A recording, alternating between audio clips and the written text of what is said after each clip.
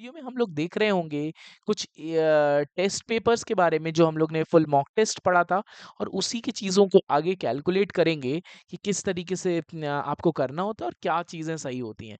तो just if we discuss about the very first question, तो coir fibre के बारे में, ये टेक्सटाइल फाइबर का क्वेश्चन दिया है।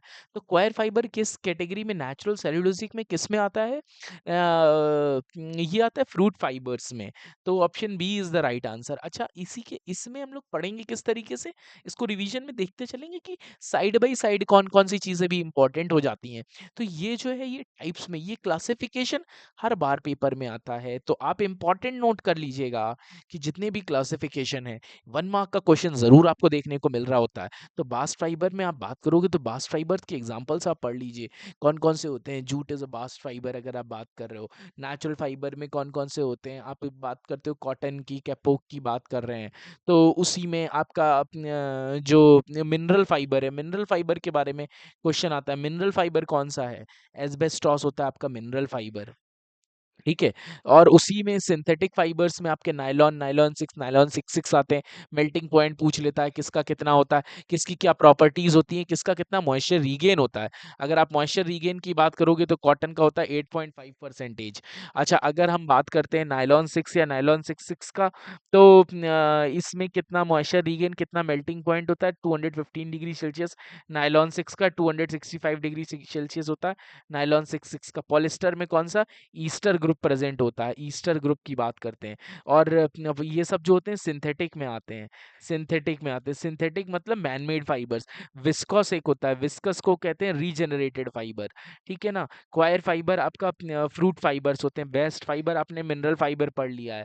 और उसके बाद जो नेचुरल में आते हैं वो सब आपने पढ़ा है। एक वूल और सिल्क होते हैं। वूल और सिल्क की बात करेंगे तो वूल और सिल्क कौन से होते हैं? ये एनिमल फाइबर्स की बात करते हैं।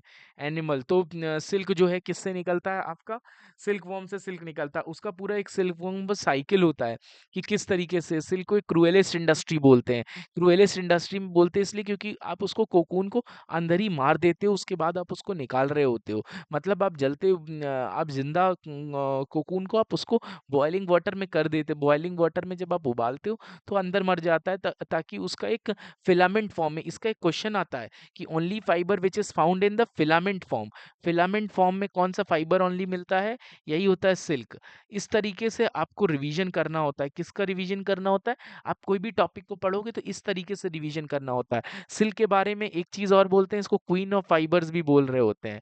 क्वीन ऑफ फाइबर्स, इसका क्या होता है? ये स्ट्रांग होता है, स्ट्रांग होता है। ये क्वीन क्यों बोलते हैं? क्योंकि हाईली लश्रस होता है। लश्रस इन द सेंस क्या है? इसका इसका जो स्ट्रक्चर होता है ये ट्रायंगुलर स्ट्रक्चर होता है। कैसा स्ट्रक्चर की बात करते हैं?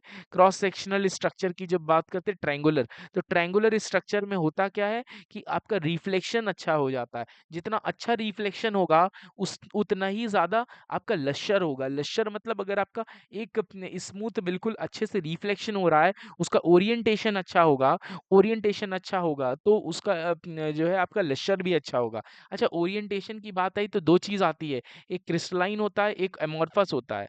क्रिस्टलाइन और एमॉर्फस। क्रिस्टलाइन क्या होता है? एक रेगुलर अरेंजमेंट होता है। रेगुलर अरेंजमेंट होता है तो हाईली क्रिस्टलाइन जितने भी फाइबर्स होते हैं, आप देखोगे बिल्कुल एक रेगुलर अरेंजमेंट में होता है, इसीलिए उनका लेज़र चीज़ें देखने को मिलती है। एमॉर्फस में उस तरीके की चीज़ें नहीं होती हैं क्योंकि हैफ़ज़र्ड अरेंजमेंट होता है, मतलब नॉन रेगुलर अरेंजमेंट हो रहा होता है। तो ये चीज़ें थोड़ा ज़रूरी थी जो आपको समझने के लिए इम्पोर्टेंट हो जाता है। आई थिंक ये बात समझ में आई होगी। इसी में हम लोग ने बहुत सारी चीज़ों को डिस्कशन कर लिया। चलते हैं नेक्स्ट क्वेश्चन की तरफ। ये कह रहा है which of the following is simplest linear polymer. Linear polymer की बात क्या होती है? लीनियर मतलब एक लाइन में लीनियर हो। इसी लीनियर के साथ में क्या होता है? क्रॉस लिंक होती है जहाँ पे आपका ब्रांच्ड होता है, ब्रांच होता है और एक लीनियर होता है। ब्रांच्ड मतलब आपके बहुत सारे जो पॉलीमर्स होते हैं, जैसे आप बात करोगे कि ब्रांच्ड पॉलीमर्स में जैसे आपने पढ़ा है, बेकेलाइट पढ़ा है। बेकेलाइट हो गया स्ट्रक्चर, मेलामाइन का स्ट्रक्चर हो गया। तो ये सारे क्रॉस लिंक्ड स्ट्रक्चर या ब्रांच स्ट्रक्चर हो रहे होते हैं। तो इसी में कॉटन की बात करोगे तो पॉलीमर की बात कर रहा है। तो कॉटन, नायलॉन, नायलॉन का भी पॉलीमर जो है which is the simplest, simplest मतलब सबसे आसान सा कौन सा है? वूल, वूल में भी पॉलीएमाइड ग्रुप प्रेजेंट। अच्छा, आपको एक चीज़ और पता पता होना चाहिए, ग्रुप्स भी पता होने चाहिए सब में। ग्रुप्स मतलब एमाइड है तो RNH2 ग्रुप प्रेजेंट होता है, ये क्वेश्चन आता है पेपर में। NH2 ग्रुप प्रेजेंट होता है। वूल में कौन सा होता है? नायलॉन में भी NH2 ग्रुप है। वूल में कौन सा डाइसल्फाइड बॉन्ड्स प्रेजेंट होते हैं, कौन सा ग्रुप प्रेजेंट होता है, ये भी पता होना चाहिए आपको। अच्छा, सिंपलेस्ट पॉलीमर ये पॉलीइथाइलिन हो गया। पॉलीइथाइलिन का मतलब क्या हो गया? PE हो गया, मतलब CC।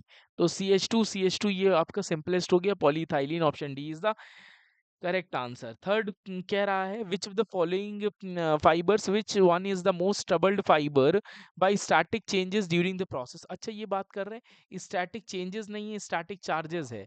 स्टैटिक चार्ज होगा, it is written by mistake. तो स्टैटिक चार्ज की चीज कहाँ आती है?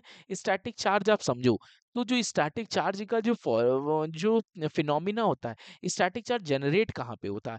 अब ये बात समझो, जो चार्ज होते हैं वो डेवलप किस वजह से होते हैं? वो डाई मतलब जो भी चार्ज है वो प्लस और माइनस की वजह से, मतलब आपका कहीं ना कहीं डाइपोल बन रहा है।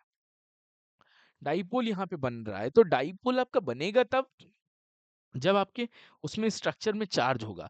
तो स्ट्रक्चर में जहाँ पे भी स्टैटिक चार्ज की बात कर रहे हैं, तो हमारा जो फाइबर या यार्न होना चाहिए या पॉलीमर होना चाहिए वो सिंथेटिक होना चाहिए, तभी स्टैटिक चार्ज का फिनोमिना हो पाएगा। वरना आप नेचुरल फाइबर में आपके चार्जेस ही नहीं डेवलप हो रहे हैं, तो आपका स्टैटिक चार्ज का केस ही नहीं आता है। तो जो भी आपका स्टैटिक चार्ज आ रहा है, ये 2018 में गेट का क्वेश्चन आया हुआ था। तो आप बात करोगे जो सिंथेटिक होगा वहां पे आपका स्टैटिक चार्ज का फिनोमिना होगा। पॉलिस्टर में भी होता है, पॉलिस्टर में सबसे ज्यादा होता है स्टैटिक चार्ज की आप बात करते हो। इसीलिए इसीलिए हम लोग एंटी स्टैटिक ट्रीटमेंट दे रहे होते हैं। तो एंटी स्टैटिक ट्रीटमेंट का मतलब ये होता है कि आपको जो चार्जेस जो लग रहे होते हैं वो आपको नहीं लगेंगे। तो अगर हम इसमें बात करते हैं, नायलॉन एक सिंथेटिक है, नायलॉन और पॉलिस्टर में ये चीज़ होती है। ये गेट 2018 में इस तरीके का क्वेश्चन आया था। तो option C is the correct option. अच्छा, ये जो बायर फ्रिंजेंस की बात करें तो birefringence value next question में, the birefringence value of nylon is greater than that of the polyester, lesser than that of the polyester. Birefringence क्या होता है? बायर फ्रिंजेस जो मतलब orientation perpendicular in minus orientation in parallel direction जो कहते हैं, वही buyer fringes की वैल्यू कह रहे होते हैं। तो बायर फ्रिंजेस जो होता है ये नायलॉन में ज़्यादा होता है। अगर आप बात करोगे तो बायर फ्रिंजेस ओरिएंटेशन की बात करते हैं, तो orientation birefringence is related to the orientation kind of thing. तो नायलॉन का केस जो है, नायलॉन में अच्छा होता है, बायर फ्रिंजेस ज़्यादा होता है। It is lesser than that of the polyester, but polyester से इसमें कम होता है। तो ये थोड़ा-सा आपको पता होना चाहिए बायर फ्रिंजेंस की वैल्यू। तो आप इसमें बात करोगे is laser than that of the polyester, polyester से कम होता है बट इट हैज़ हायर। तो यहाँ पे पॉलिस्टर ज़्यादा है बायर फ्रिंजेंस वैल्यू में देन नायलॉन। और उसके बाद आपके ये जो बायर फ्रिंजेंस वैल्यूज़ हैं वो नीचे-नीचे आप चलते चले जाते हो, तो नेचुरल फाइबर्स की बाद में आ रही होती हैं।